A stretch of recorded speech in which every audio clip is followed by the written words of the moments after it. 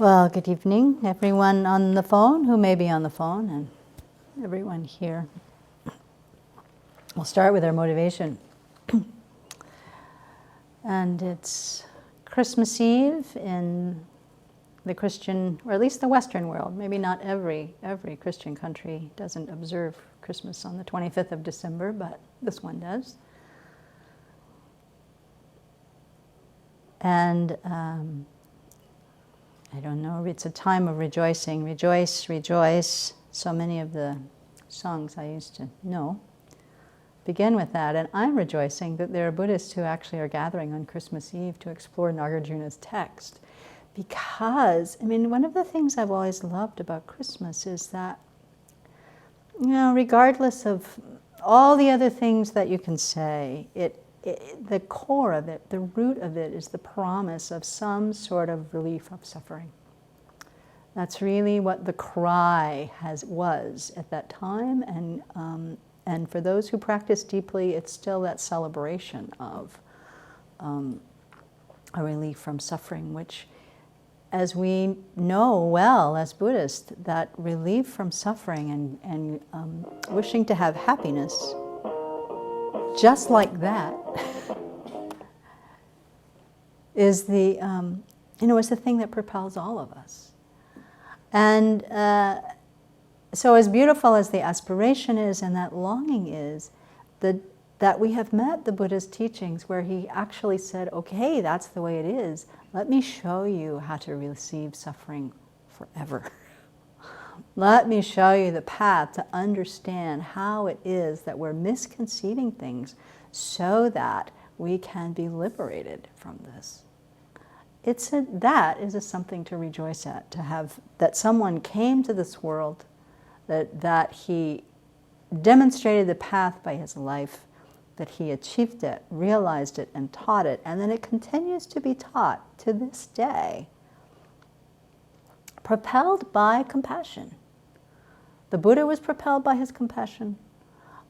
It's that great compassion is what guided so many teachers, and even in the tradition where bodhicitta may not be the motivating force, there's a tremendous amount of love and compassion in that practice too. And so tonight we can rejoice at having met the teachings. We can think about the beings everywhere whose longing for that freedom from suffering is so powerful, and let our own compassion arise. And then engage together in this review of Nagarjuna's beautiful text, Precious Garland, with the aspiration and the wish to take these teachings, internalize them, and propel ourselves along the path to realize them completely, to become Buddhas, in order to help every single living being realize that aspiration to be free of suffering completely. So let's do that together tonight. Should we dial in again? Try once more.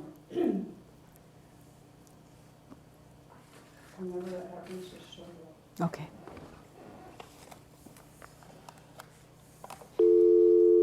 These people aren't there. Yeah. But they might call in. Yeah. I'm not trying to get on.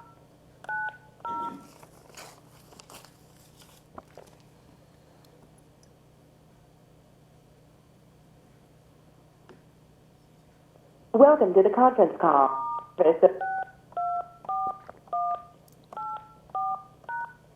You will now enter the conference. Only organizers can be heard. Okay. So, following on, is this the fourth review week? Third? Fourth? Anyway, following on several reviews of Nagarjuna's text, Precious Garland, we're continuing with the quiz questions that Venerable Chonyi very kindly gave us so that we would have a skeleton by which we can study and reflect on these things. And I have really loved doing it this week. There have been obstacles, my own health, the constant snowfall, the lack of power. But on top of all that, it's been really fun to do these questions. So tonight, I'm going to finish the last three questions of quiz number 1. and the first 9 questions of quiz number 2. So we're going to launch here. And this is a turning point. So in the text, we have been, so Nagarjuna's text is about what? Upper rebirth and liberation, or the terminology we've been using is? Yeah. Upper rebirth, highest good. Highest good.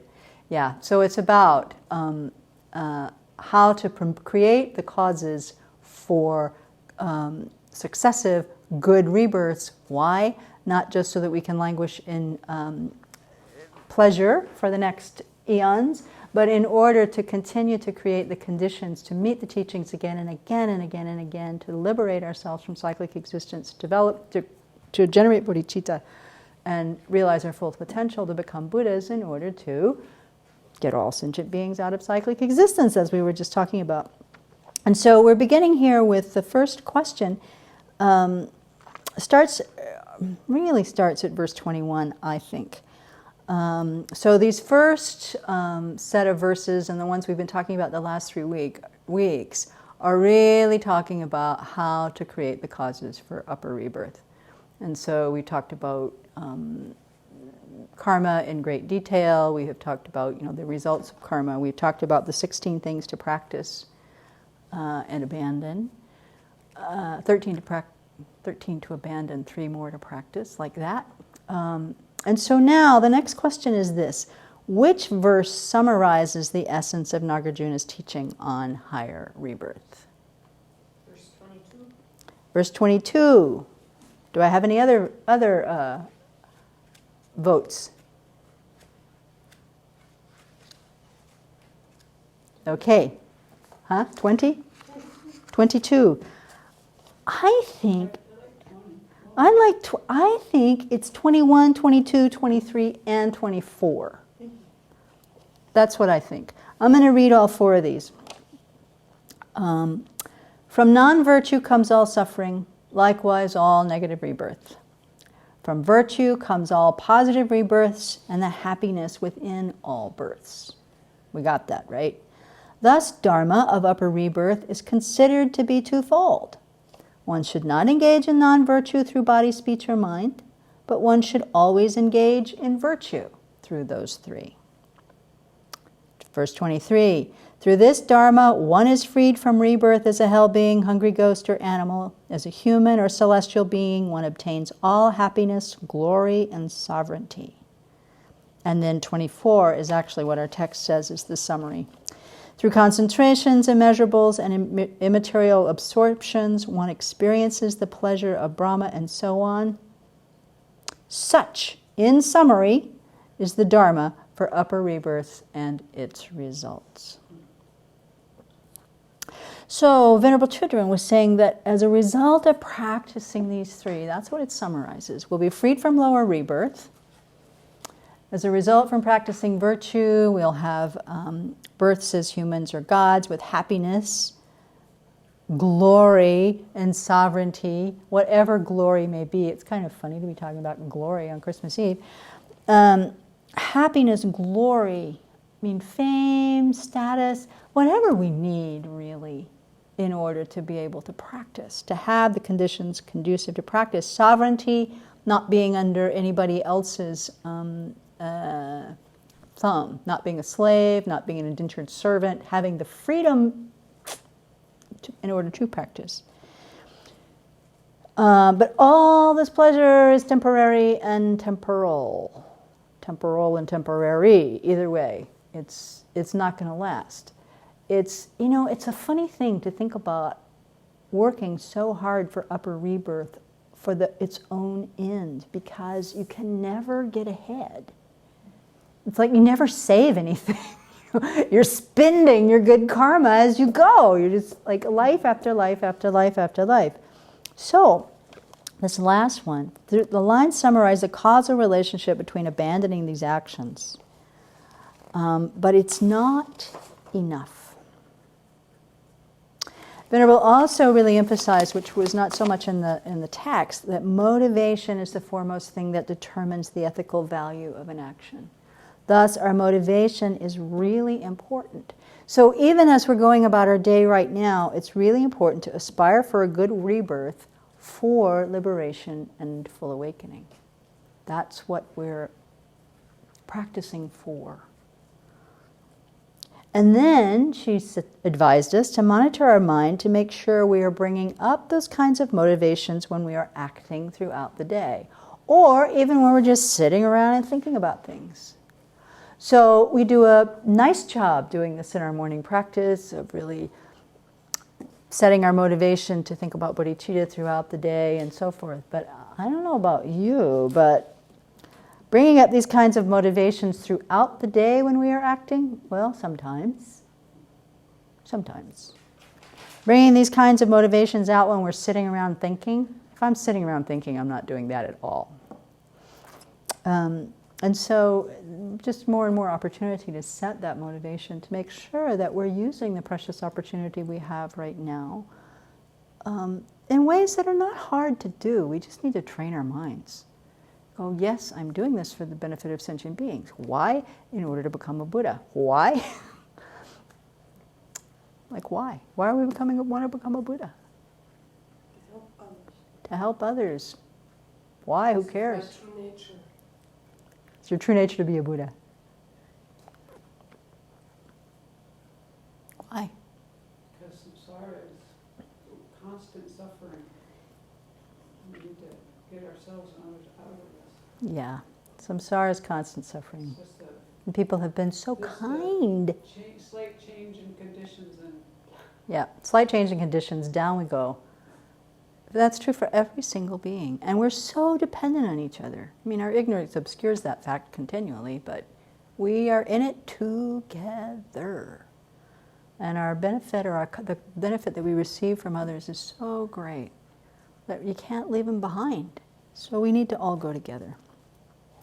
All right, so question 21. What are the causes for being reborn in the 4 jhanas and the 4 immaterial absorptions? Meditative stabilization on those very things. Any other?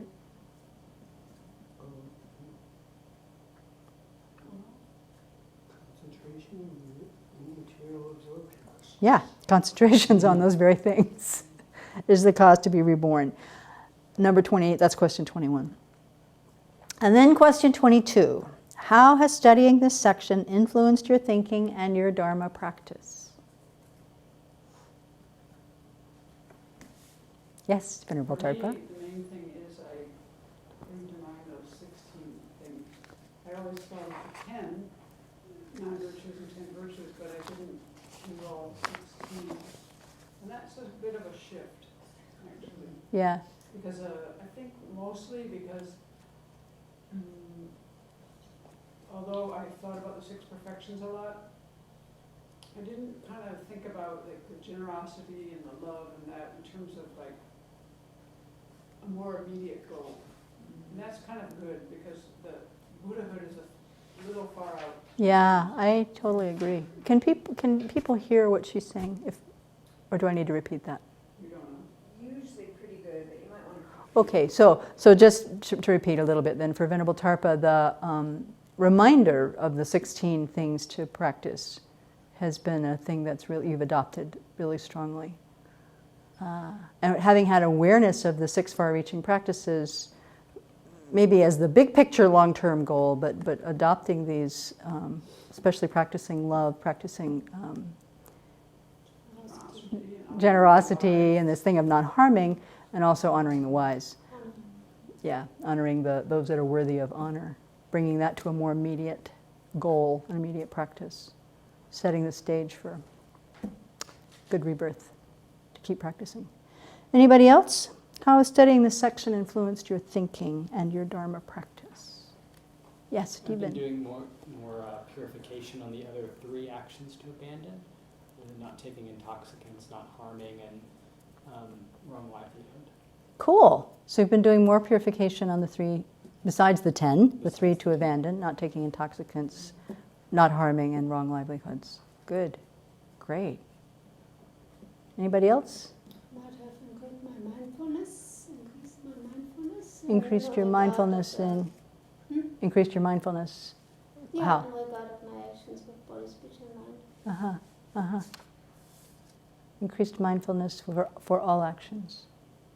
Body, Yes, speech, and mind. starting with how my thoughts are directing my physical action, my speech. Yeah, good. Anybody else?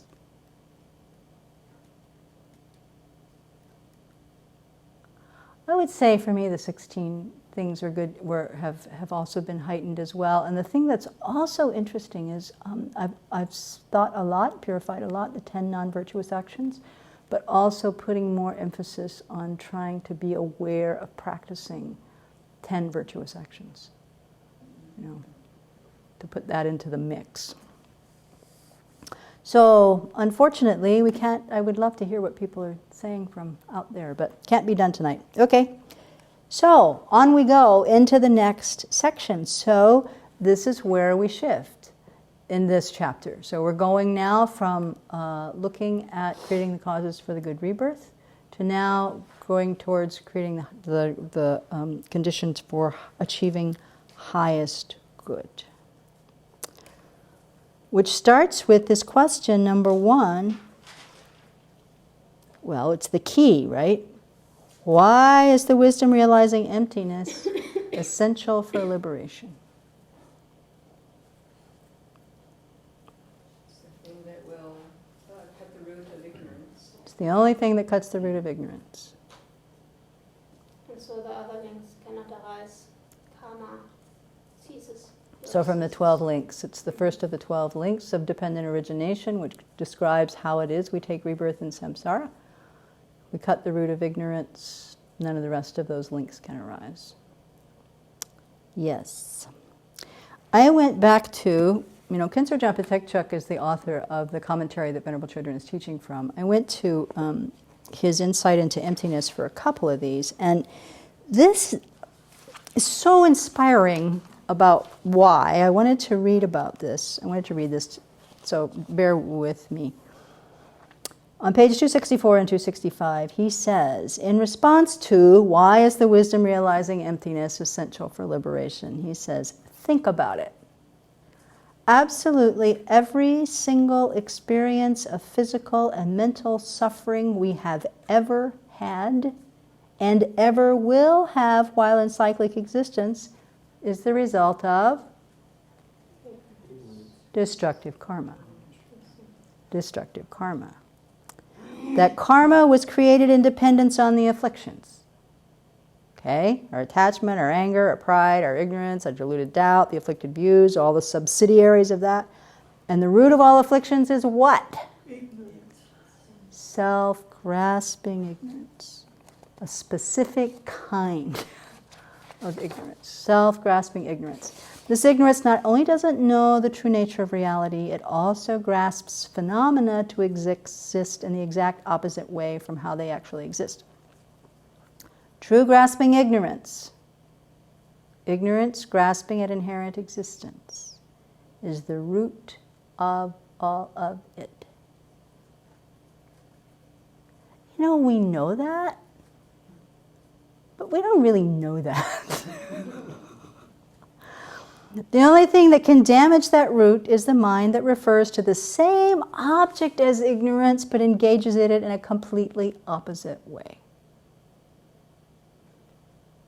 That is a critical piece of understanding there. The only thing that can damage that root is a mind that refers to the same object as ignorance but engages it in a completely opposite way. Since true grasping refers to objects and holds them to be truly existent, what opposes that is a wisdom mind that refers to the same object and realizes that it is empty of that true existence. Once we realize emptiness, we'll be able to free ourselves from having to take birth again and again under the control of afflictions and karma, and the miseries of cyclic existence will cease, just as Venerable Jampa said. For that reason, the great masters request all who wish to be completely free to aspire to gain the wisdom realizing emptiness and to do their utmost to cultivate it. Well, that lays out our mission quite clearly, doesn't it? You know, for however much we want to go, oh, it's too hard. Do I have to learn this in this life? Let me just, develop love and compassion. I'll do some antidotes for my afflictions and good enough. But, it's not. It's not that it's not good enough. It's that we have an opportunity right now, and who knows for sure that we will have it again. And it's not, I'm not even saying that we'll have a bad rebirth, which is, completely possible. But, oh gosh, last summer when we were teaching teachings, it was Gyaltsab Chögyam Rinpoche was speaking about a story, and I cannot recall who it was. But there was some lama, high lama, maybe it was Panchen Chukyi Gyaltsen. Anyway, was talking to a student, and the student was concerned about the future. And the student said, "Oh, I want to have an upper rebirth." And the lama said, "Yeah, you'll have an upper rebirth." And he said, "I want to have all the conditions that will make life pleasurable." And the lama said, "Yeah, you'll have that." And he said, "And I want to meet Tsongkhapa's teachings." And the lama said, "Oh, that takes a lot of merit. No guarantee." So later that day, I had an interview with, I think it was that day, I had an interview with the Geshe, who's a resident there. And I was talking to him about practicing for death and a wish to meet Tsongkhapa's teachings. And he said, "Weren't you listening to the teachings today? It takes a lot of merit." So no guarantees, my friend. While we have the opportunity right now to study what we have here, I had Lama Tsongkhapa's Lamrim Chinmo out today going through some of these questions here. We can take advantage of it while we can. So anyway, that's what we need to do. His Holiness said just the day before in the teachings in India that we should study Tsongkhapa's treatises. Okay, so His Holiness the Dalai Lama also directs us to study Tsongkhapa's treatises. How else are we going to create the causes to meet Tsongkhapa's teachings again? How else? Right. So, in that vein, question 2. What is the object apprehended by the wisdom realizing emptiness? And what is the apprehended object of ignorance? Self-grasping of person and phenomena is the object apprehended by wisdom realizing emptiness. The self-grasping of Person and phenomena. person and phenomena is apprehended by? Not by the wisdom realizing. Yeah, not by the wisdom realizing emptiness. No.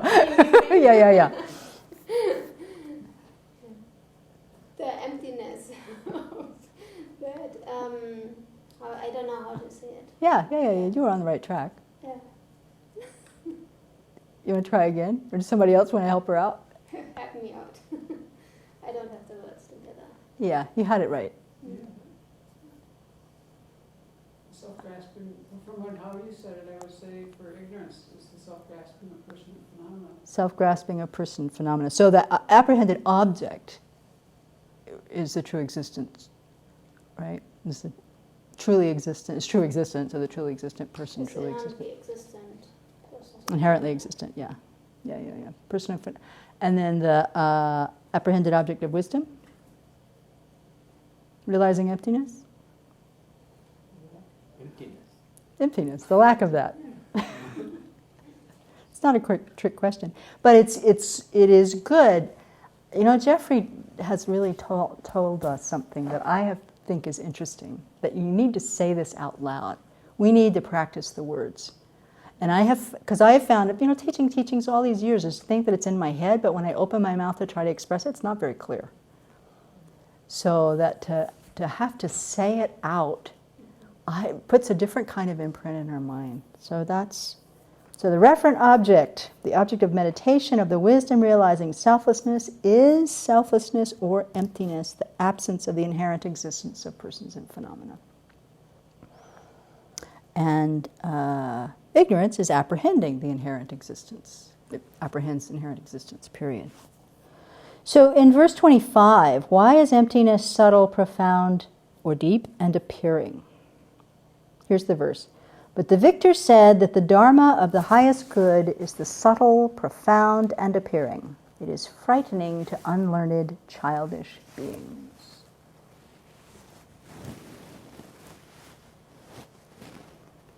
What is the subtle, profound? Why is emptiness subtle, profound, and appearing?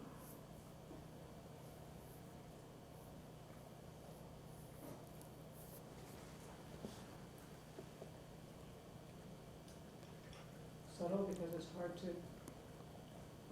discern.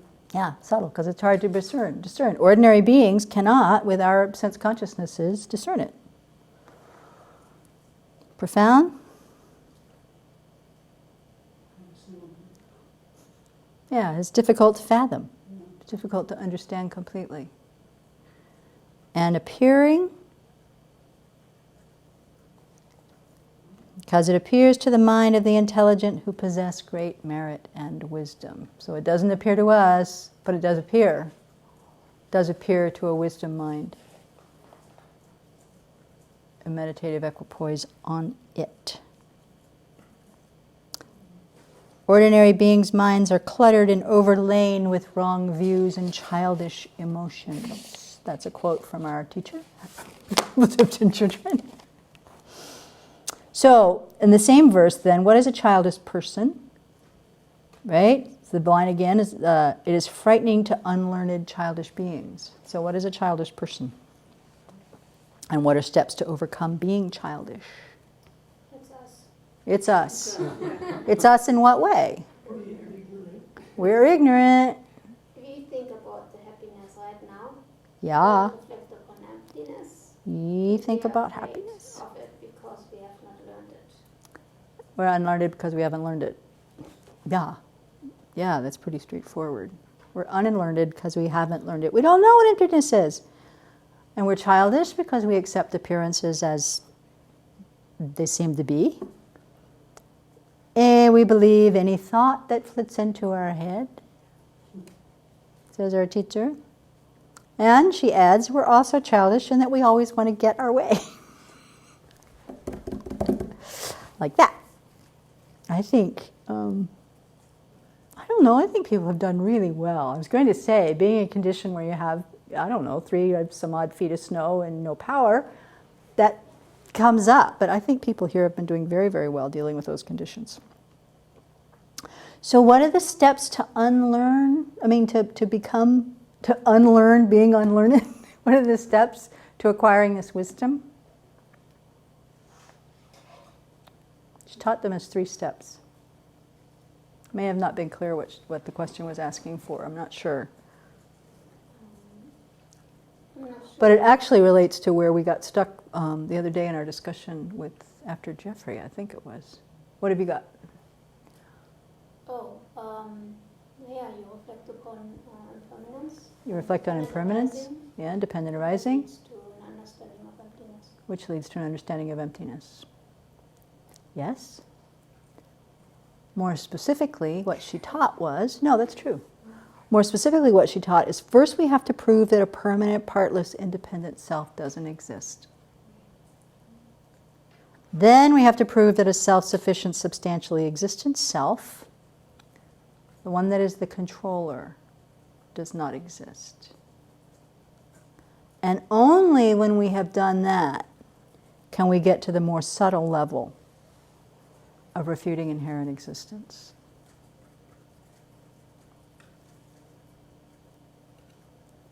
Would you say then the inherently existent person, or? Well, I think we have to refute inherent existence altogether, starting with the person. But we also, from the Prasangika point of view, in order to be, to realize it completely, we have to, get to the level of refuting the inherent existence of phenomena too.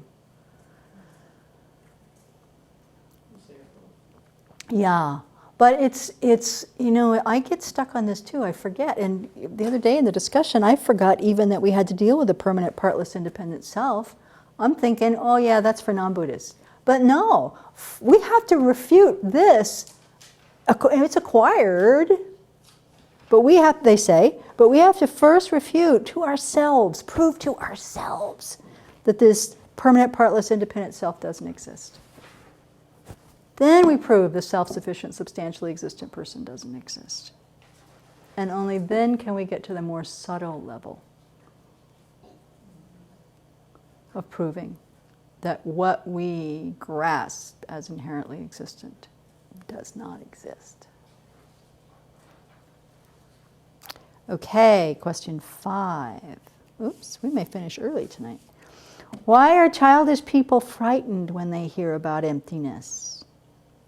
Because they think that the conventionally existing self doesn't exist, as opposed to the ultimate self doesn't exist. They think a conventional self doesn't exist. Right. They're not getting that They're ultimately talking an about the inherently existent person doesn't exist. Right? Is that what you mean? Here's the verse. Verse 26. I am not, I will not be, I have not, I will not have. Stated thus, the teaching of selflessness terrifies the childish. For the wise, it puts an end to fear. So we talked about this a lot in Aryadeva when she was teaching the 400. The childish think empty means everything is non-existent. We can't get that emptiness doesn't mean everything doesn't exist. Or the mind doesn't exist. If they hear the aggregates are not inherently existent, then they think the body, the feelings, discriminations, and all of this don't exist. And she said, this is the fear that arises at death. Everything is fading away. I am becoming nothing. And so even in very gross contexts, when we are coming up against this, we freak out.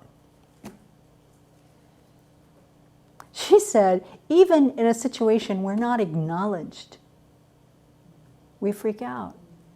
Somebody doesn't recognize us. You know, I went through this thing when I cleaned my desk, which is not clean, I've noticed lately, but, you know, Venerable has always wanted my desk to be clean, and I thought my desk was clean, and so finally I said, please come in and show me what you would like to have.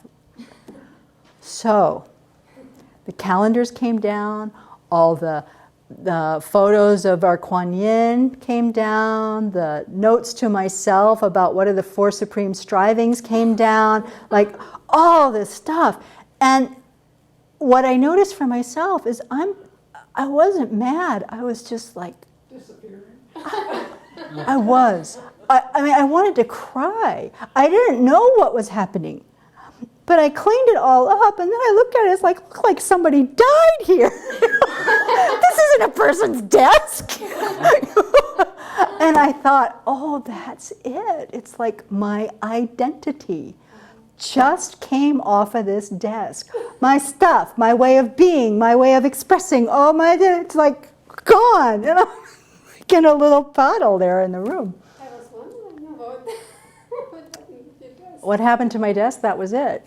That's what happened. And it was like, whoa, if I can't let go of this handwritten note about the 4 supreme strivings that I want to memorize and still haven't, I don't know how long it's been up there, how am I going to let go of this? Whoa, so yeah, the childish, when we come up against our grasping it through existence, man, we don't want to let go. And it's frightening. Childish beings are grasping for the pleasure of this life. When they hear about emptiness, they get scared because they misunderstanding it, thinking it means total non-existence. Okay, and then I copied this long thing that I'm not sure we're going to go through. Nope, we're not. Okay. So, how childish am I? I'm trying to keep it clean. But there's a little teeny tiny stickler, little tiny post-it stuck on the wall right behind me that has a quote. You couldn't see it unless you were sitting there.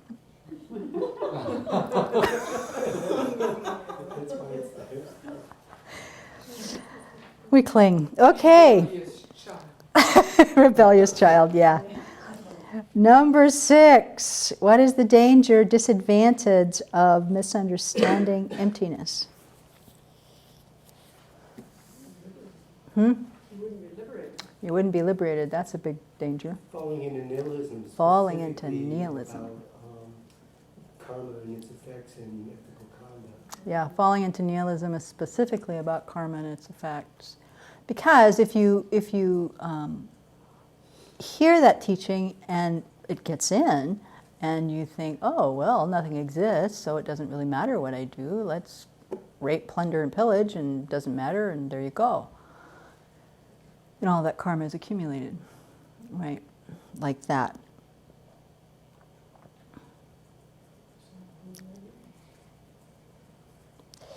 It's a little more complex than that, though. There's I'm going to go to Geshe Jumpa Tekchuk, which I thought was, it's Venerable taught this, but it's good to think about.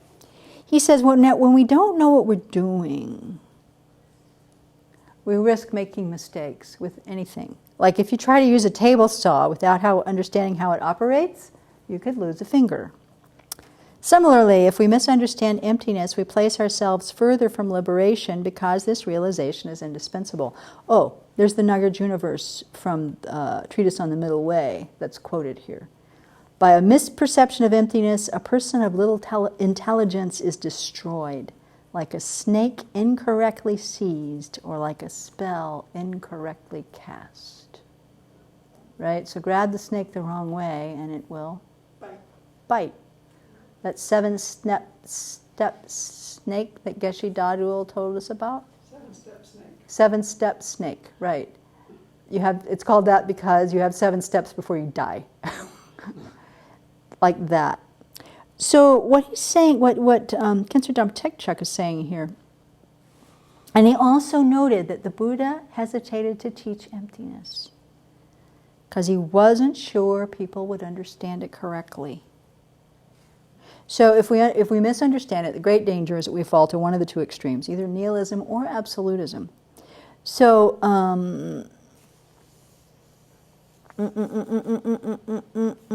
maybe that's the end of that. There's another one. So there's another level of this, and this is partly this is me. So I'm going to qualify that. This didn't all come out in the teachings, but the more I thought about it, is we've had teachings on this before. But you can also hear emptiness teachings before you're ready and just get so angry, or so frightened, or both, that you shut the door completely. I don't want to hear anything about this talk. I don't want to hear anything about Buddhism. I don't want to hear anything about any of these things. And then you really shut the door on being able to hear the teachings and be receptive to them for who knows how long. Long time. So that's a big negative karma. And then another layer is that we hear the teachings on emptiness. We haven't really studied the stages of the path very well. And so we interpret that to mean there's no good, there's no bad, everything is empty. And, he says, what happens if people who aren't prepared hear things like no eyes, no ear, no nose, no tongue, no body, no mind, no sound? Sure, if you want to believe that, literally, you can really, justify a lot of negative action. He also said, this is a little bit advanced for my thinking, but he says the Buddhists of lower philosophical schools whose understanding of emptiness is relatively coarse, because everybody else from Svatantrika on down propounds some level of true existence, right? So he says when they hear that all phenomena are empty of inherent existence, they just reject it out of hand, believing that the Prasangika teachings are nihilistic, and so they discard it, and thus they fall to the view of absolutism. the extreme of absolutism, by dismissing it. And then third, as Venerable points out in the commentary, people can progress far, far, far along the path, but without having the understanding that you have to validly establish convictional existence when you come out of meditative equipoise on emptiness. You can get into trouble by concluding this is the ultimate truth and things really don't exist. So this is somebody who's progressed way along the path, who's had this perception. And I think it has to be, well, I don't know. I was going to say I think it has to be inferential, but maybe that's not true. Because, you know, from the Tsongkhapa lineage, this emphasis on establishing that conventional things exist conventionally, that these two things have to come together, is so important. And we learn this about dependent arising from the get-go, to make sure that we don't get lost in, when you have this appearance, this realization of emptiness, you say, oh yeah, that nothing really exists. Because when you come out of meditative equipoise, you have to reestablish conventionality. Right? So those are dangerous. So again, we need to make the causes to meet Tsongkhapa's teachings. Number 7, what are the two meanings of the word self?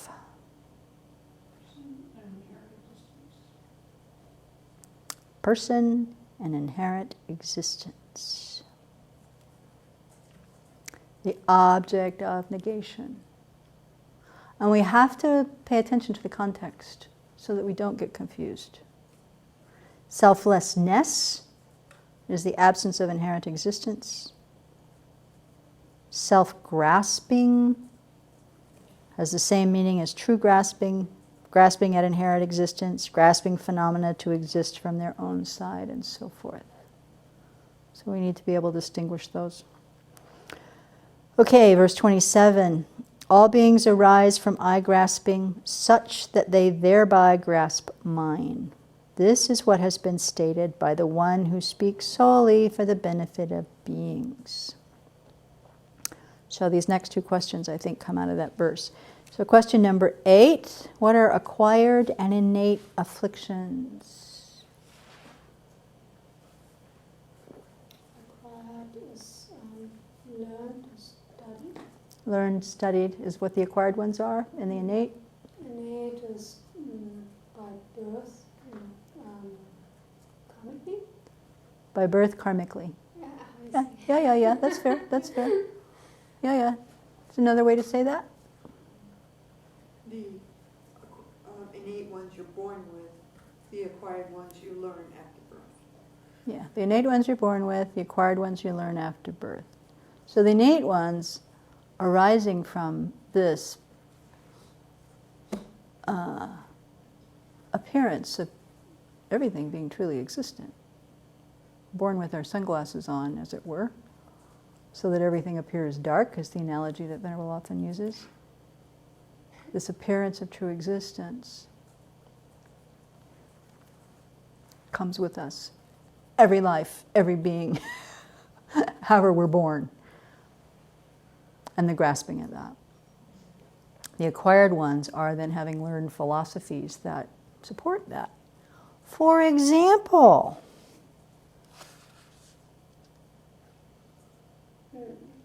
Belief in a creator. belief in a creator. And you know, I was thinking that we easily kind of reject that idea when we talk about, you know, permanent and impermanent and that whole thing that we went through with Arya Deva. But I don't think we reject it so easily in our practice. The creator part? Yeah, even the creator part. I think sometimes that we have the feeling like the Buddha's going to come swoop down and take care of us. Yeah. It's hard to get over the emotional part of growing up with a theistic religion. Yeah, I think that's true. Really, it's there a lot. It's like you're always looking outside for the answer. Yeah, so what Venerable Tarpa is saying, if I can summarize that, is that for those of us who are raised in a theistic culture, it's really hard to separate ourselves, and it's subtle, it can be quite subtle, from this kind of expectation that Buddha or Tara or somebody is going to swoop down and save us, some external being that still acts a little bit like the creator we believe in. Yeah. If it's not a creator, then, you know, if you're grown up in a communist society, then it's maybe, you know, Mao Zedong or whoever is Oh, yeah. Buddha, and or the ideology itself, or the embodiment in your parents or teachers, or Yeah, so even without theism, we can find some external savior, whether it's Mao or your parents or the government or the ideology of socialism or communism or whatever. Yeah, that we're looking at this external being to come take us. And so, I mean, even, yeah. So that's learned. That's an acquired one. Which is eliminated first? The acquired. Easier to eliminate the acquired ones. But not so easy. We don't get rid of them until, I think it's the path of seeing. I didn't write this down. Well, yeah, for sure it's the path of seeing. We don't start getting rid of even the acquired afflictions until the path of seeing. Oh my gosh. So, there we go. I think I just repeated my pages. Hold on a second. Nope, I didn't.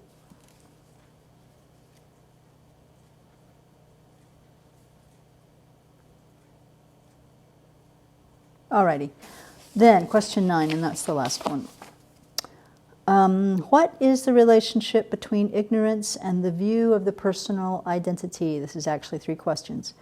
What is the conceived object of ignorance? According to Prasangika, which is the root of samsara, and how do they keep us trapped in samsara?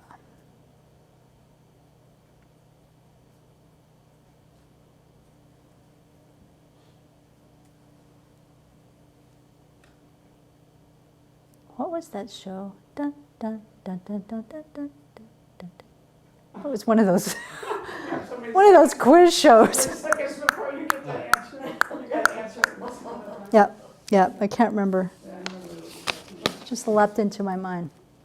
Sorry.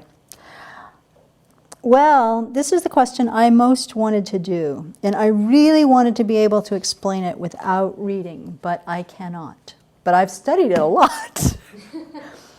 And partly what I got confused about is, and this was also in correspondence with a Dharma friend, I got kind of hung up on the view of the personal identity, the view of the perishing, which is the view of the perishing aggregates, and like which is jikta, which is self-grasping ignorance. What do these terms mean, and how do they relate? And how can it be that this first link in the 12 links is the root of cyclic existence? Is that the same as... Anyway, I realized in this exchange that I had some vague ideas, but I wasn't very precise. And unfortunately, I still can't do it the precise way from memory, but I know more. So what is the relationship between ignorance and the view of personal identity? The view of a personal identity is a type of ignorance. It's a type, one of the types. What is the conceived object of ignorance? We already answered this.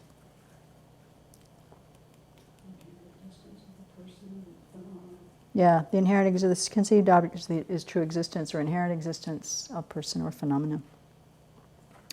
Which is the root of according to Prasangika, which is the root of samsara?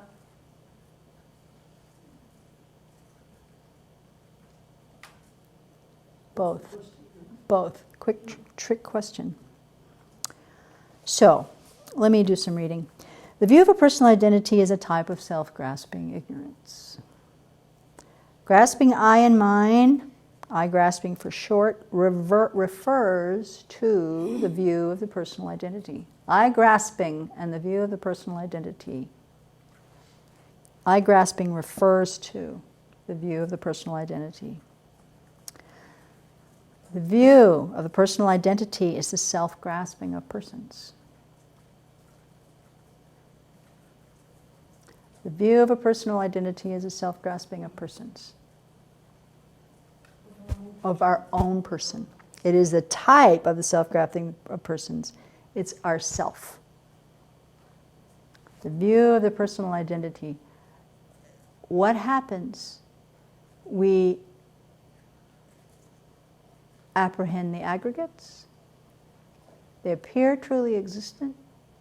Immediately, an appearance of an I arises, which is a valid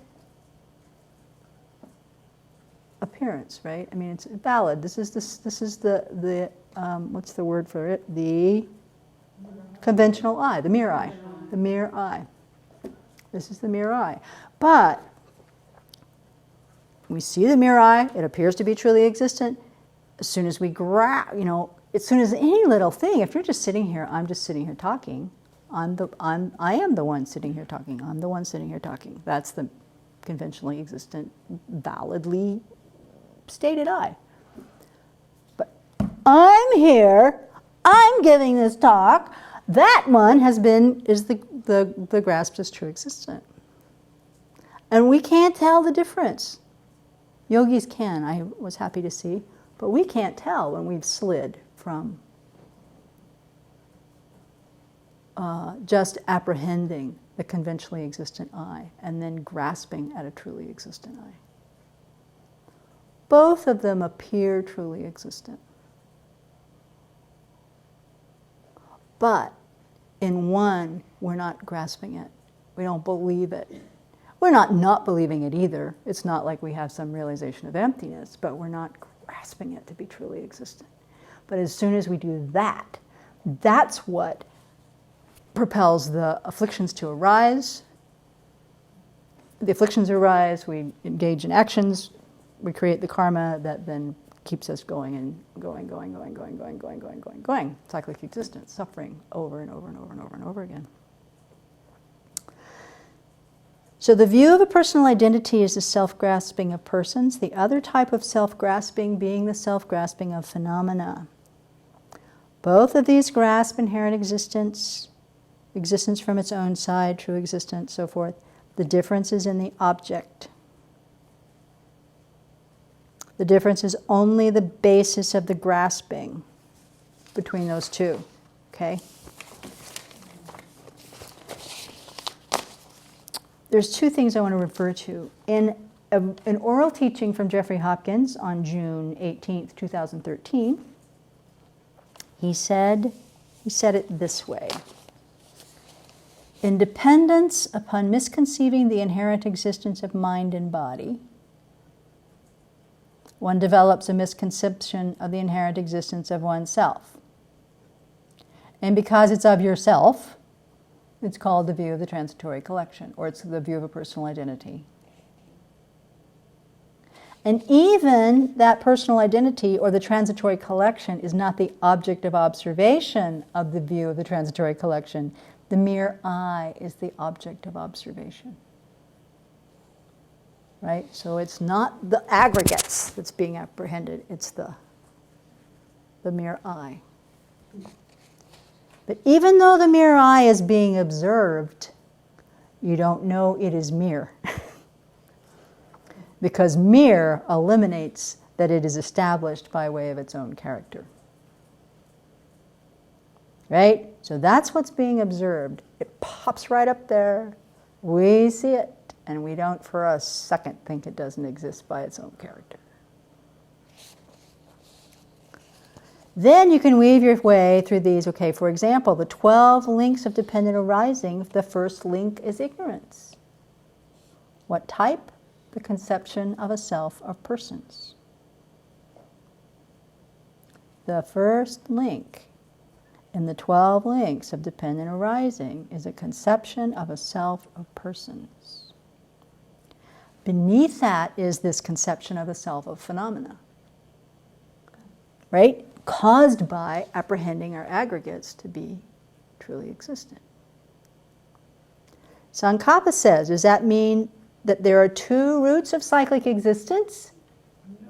No. No, because the conception of a self of phenomena and a conception of the self of persons have the same mode of apprehension, the conception of inherent existence. Thus, there is only one root of cyclic existence. So I found this. It's in the chapter in Lamrim Chenmo on called The Object of Negation. And Chandrakirti really is very much attributed to being the person who links these two together. I looked in, if people want my notes, I'll send them later, but I looked in Guy's dissertation, it's in there, and somewhere, another one of Jeffrey's things. But it seems that Chandrakirti is the one that says it's both. That even though there are two different names between what we call the first link, this ignorance that is the first link, it's still a self-grasping a person. And this I-grasping here, that's the jigta. Both are identified as the root of cyclic existence, but they're basically boiling down to the same thing. That's what he's saying. So I wanted to, I think that when I read this from Kensur Jompatek Chak, it will be clearer. Okay, got a few minutes. Here, he's so clear. Sometimes we hear that the root of cyclic existence is ignorance. Other times, the root of cyclic existence is said to be self-grasping, true grasping, or the view of the perishing aggregates, or the view of the personal identity. It is important not to get confused here, because all of these boil down to one common denominator, grasping at true or inherent existence. Clear? The Tibetan word for ignorance literally means unknowing. That's ma-rigpa, right? It is a mind that does not know or is not aware of the true nature of reality. In fact, it is not only unaware of the true nature of reality, but it also grasps things as existing in the opposite way to how they actually exist. We know this. Do we know this? No, we don't know it. But we know it. However, in this instance, the person and phenomena are differentiated in order to vividly distinguish the I, which is a person, and the aggregates, which are phenomena. The person, self or I, is the agent. The aggregates are the objects used by that person. They are what the self clings to or appropriates. They are also the basis of designation of the person. So it's both of these things. Close analysis and examination of the precise relationship between the I and the aggregates is essential to realize emptiness. For this reason, the selflessness of persons and the selflessness of phenomena are investigated separately. We have to know this, and somewhere it says that's why they are identified separately. The view of the perishing aggregates is also said to be the root of cyclic existence. It is one type of self-grasping of persons. Self-grasping of persons refers to grasping at any person, ourselves as other, or others as truly existent, while the view of the perishing aggregates, or the view of the personal identity, grasps only at our own self as truly existent. This view, too, is of two types: the view of the personal identity grasping at I, and the view of the personal identity grasping at mine.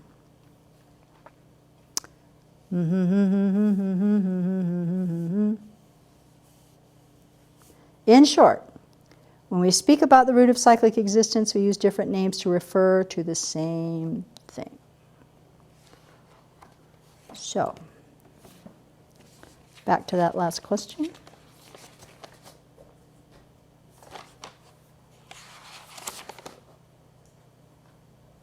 What is the relationship between ignorance and the view of personal identity? It's a kind of ignorance. What is the conceived object of ignorance? Inherent existence. According to the Brihasamghikas, which is the root of samsara? Jikta. How do they keep us trapped in samsara?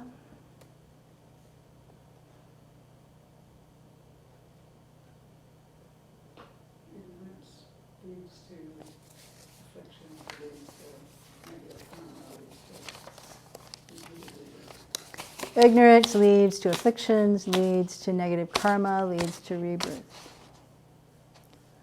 Ignorance leads to action, leads to consciousness, leads to 12 links. Ignorance, action, consciousness, name and form, 6 sense sources, right? And on from there. 6 sense sources, craving, grasping. No, I've missed a couple. But anyway, that's the sequence. So, that's it. Comments, questions, thoughts?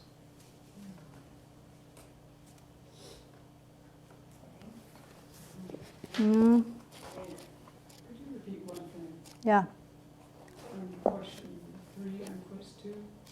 The question 3, quiz 2, yeah. The profound. Because it's deep, basically. I have to go back to it. The profound is difficult to fathom and understand completely. That's what Venerable said. And the saddle was again? Huh? And the saddle was again? What did you... Subtle. Well, why do you think? Seems like it's the same as the first, as the profound. To me, that's what I was wondering. Let me see if I pulled out the text Some answer. things are hard to notice and they're hard to understand.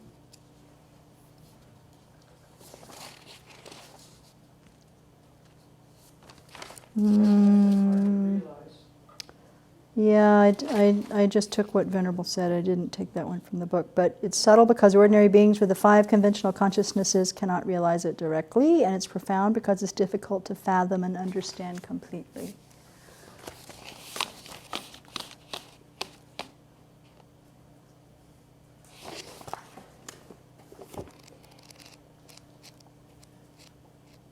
Shoot, I really want to know these 12 links. And which pages did you recite and which one? I'll send them to you. I'll send you this. No, which pages? From this book?